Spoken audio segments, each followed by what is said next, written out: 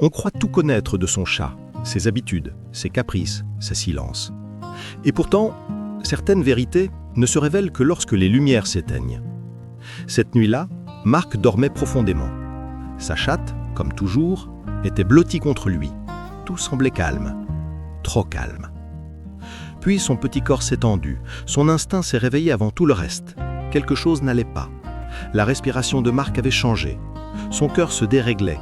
Une douleur fulgurante traversait sa poitrine sans qu'il puisse encore ouvrir les yeux.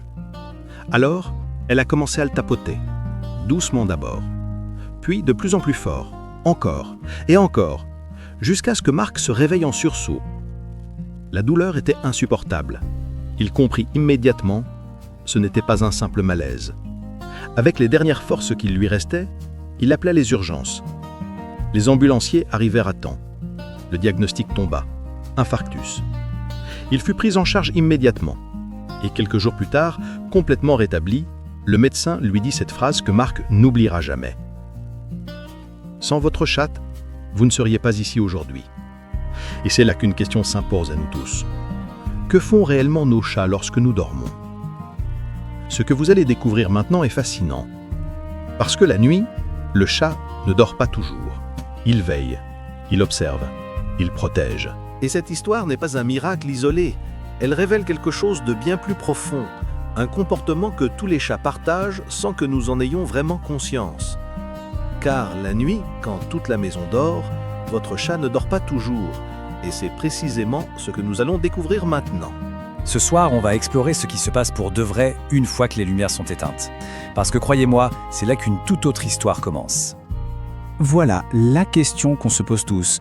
Pendant que toute la maison dort, qu'est-ce qu'il fabrique, ce chat? Et je vous le dis tout de suite, la réponse ce n'est pas juste une histoire de croquettes ou de jouets. Oh non, c'est bien plus complexe que ça et franchement, c'est fascinant. Vous voyez, il ne s'agit pas de fin ni de jeu. Non, non. Chaque nuit, notre chat, il accomplit un véritable rituel. Un rituel ancestral.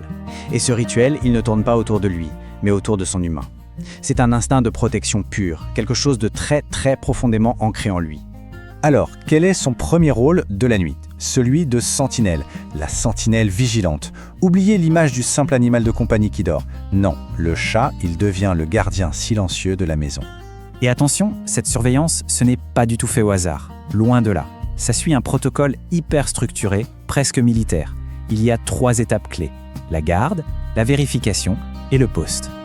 Imaginez la scène. On se réveille en pleine nuit et là, 2 yeux brillants qui nous fixent dans le noir. Non, ce n'est pas le début d'un film d'horreur, c'est juste la première étape de son protocole, la garde. Le chat est en train de tout analyser. La respiration, le mouvement de la poitrine, il peut même sentir le rythme du cœur. C'est comme un bilan de santé, mais en pleine nuit. Et ce petit coup de patte, là, qu'on sent parfois sur notre joue. On se dit souvent que c'est maladroit ou qu'il veut quelque chose. Mais en fait, pas du tout. C'est la douce vérification. Ses coussinets sont bourrés de capteurs. C'est sa façon de faire un diagnostic rapide. Vérifier la température, le pouce, juste pour être sûr que tout va bien. Une fois qu'il est rassuré, hop, il se retire. Mission accomplie. On passe à la 3e et dernière étape, le poste. C'est le positionnement stratégique. Avez-vous déjà remarqué qu'au cœur de la nuit, disons entre 2 et 4 heures du matin, le chat se couche souvent face à la porte? Eh bien, ce n'est pas un hasard. C'est le point de vue parfait pour surveiller l'entrée principale de la pièce, tout en gardant un œil sur son humain. Mais alors, comment il fait pour être aussi vigilant? C'est simple, il a des super pouvoirs. Enfin, des sens complètement hors du commun. Prenez Louis par exemple. Nous, on s'arrête à 20 000 Hz. Le chat, il monte jusqu'à 85 000 Hz. C'est énorme. Le bruit d'une souris à l'autre bout de la maison, un plancher qui grince à peine, absolument rien ne lui échappe. Mais attention, son rôle ne s'arrête pas à la surveillance passive. Oh que non, il devient un gardien actif. Il gère l'environnement, bien sûr, mais il gère aussi son humain. On a tous connu ça, hein.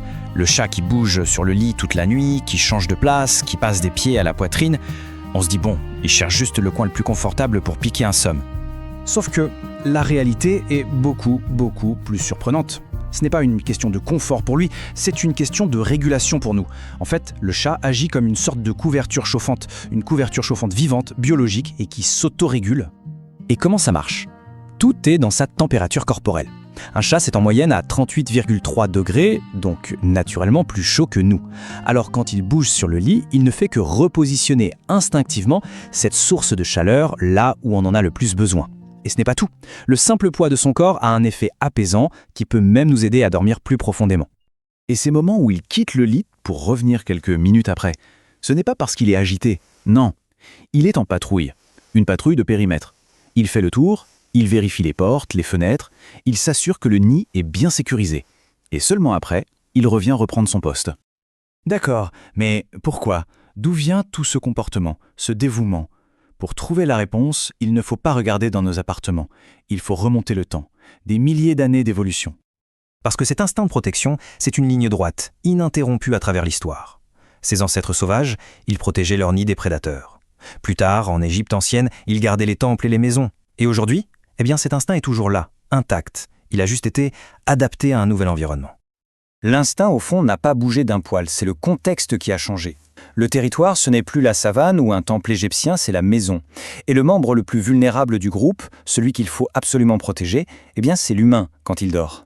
Alors, quand on met tout ça bout à bout, ça nous amène à une conclusion assez claire, non?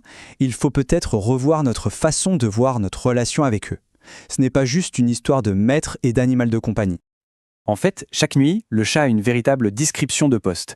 Il est expert en surveillance, technicien de diagnostic, régulateur thermique, agent de sécurité et même patrouilleur. C'est un vrai job à plein temps, et tout ça dans le silence le plus total. Et cette phrase, elle résume tout parfaitement. Des milliers d'années d'évolution leur ont appris une seule chose. Il faut prendre soin des plus vulnérables. Ce n'est pas un truc qu'on leur apprend, c'est un instinct pur. C'est le résultat d'une très longue histoire où la survie du groupe dépendait de la protection de ceux qui en avaient le plus besoin.